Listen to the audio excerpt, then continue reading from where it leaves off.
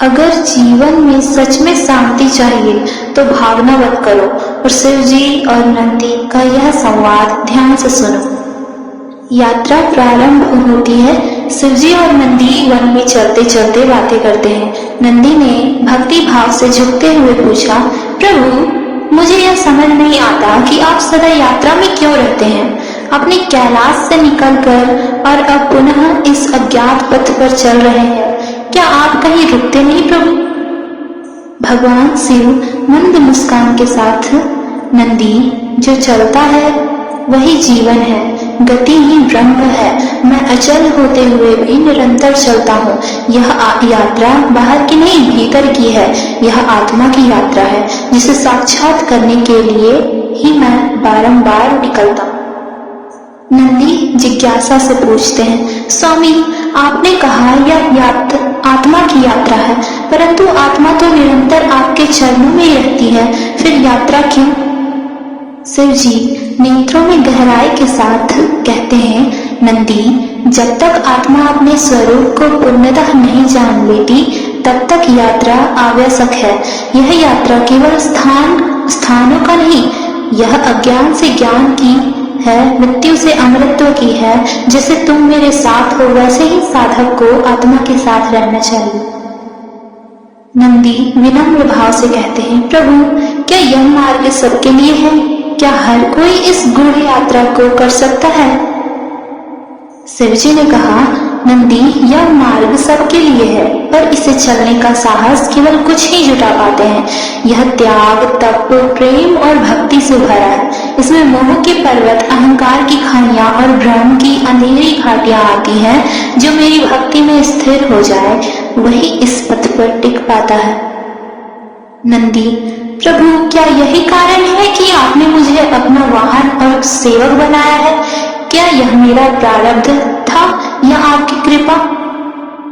शिवजी आशीर्वाद स्वर में कहते हैं, नंदी यह तुम्हारी भक्ति का प्रताप है।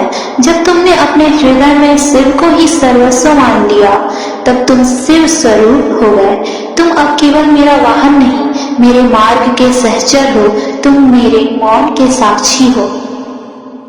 नंदी नेत्रों से आंसू बहाते हुए, स्वामी जब आप मौन होते हैं तब भी मैं आपका स्वरूप देखता हूँ। जब आप आंखें मूंदते हैं तब भी मैं आपके भीतर का ब्रह्मांड अनुभव करता हूँ।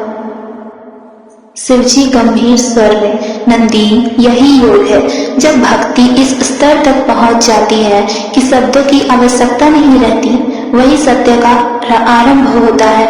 मेरा मौन ही मेरा उपदेश है, मेरा मौन ही मेरी महायात्रा है। अब वन में चलते चलते रात्रि होने को चली। नंदी कहते हैं, प्रभु यह रात्रि अंधकारमय है, कुछ भी दिखाई नहीं दे रहा, क्या रुक जाए? शिवजी ध्यानस्थ स्वर में कहते हैं, नंदी अंधकार से भय मत करो, वह स्वयं मेरी छाया है। जहाँ रात्रि है वहाँ मैं हूँ। तुम नंदी हो, मेरी चेतना के वाहक।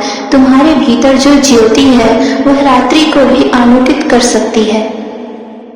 नंदी धैर्य पूर्वक कहते हैं, तब हे प्रभु आज से मैं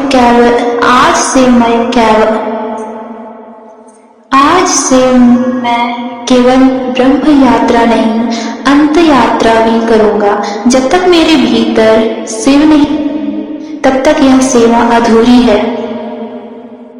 शिवजी करुणा से कहते हैं, अब तुम सिद्ध हो गए हो नंदी। यही वह क्षण है जब एक भक्त स्वयं शिव का अंश है, वो जान पाता है। वेद पुराण सार कहता है, यह वार्तालाप हमें यह सिखाता है कि नंदी केवल एक बैल नहीं, प्रत्येक साधक का प्रतीक है। और शिव के साथ की गई यह यात्रा हमारे अपने भीतर की यात्रा है। जब हम नंदी की जगह स्वयं को रखते हैं तो समझ आता है कि यह जीवन भी एक तपस्या है, जहाँ हर प्रश्न का उत्तर मौन में छिपा है और हर अंधकार में भी शिव की छाया है। शिव हमें यह बोध कराते हैं कि सच्ची भक्ति वह नहीं जो केवल शब्दों में हो, बल्कि वह है जो हमारे भीतर स्थिरता, समर्पण और ज्ञान का संचार करे।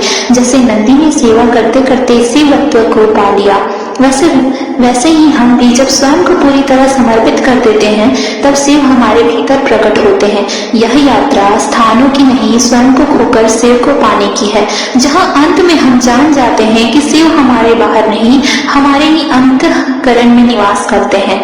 नंदी की तरह यदि हम मौन, भक्ति और प्रतीक्षा को स्वीकार करें तो हम भी उस दिव्य दर्शन के अधिकारी बन सकते हैं। हर हर महादेव।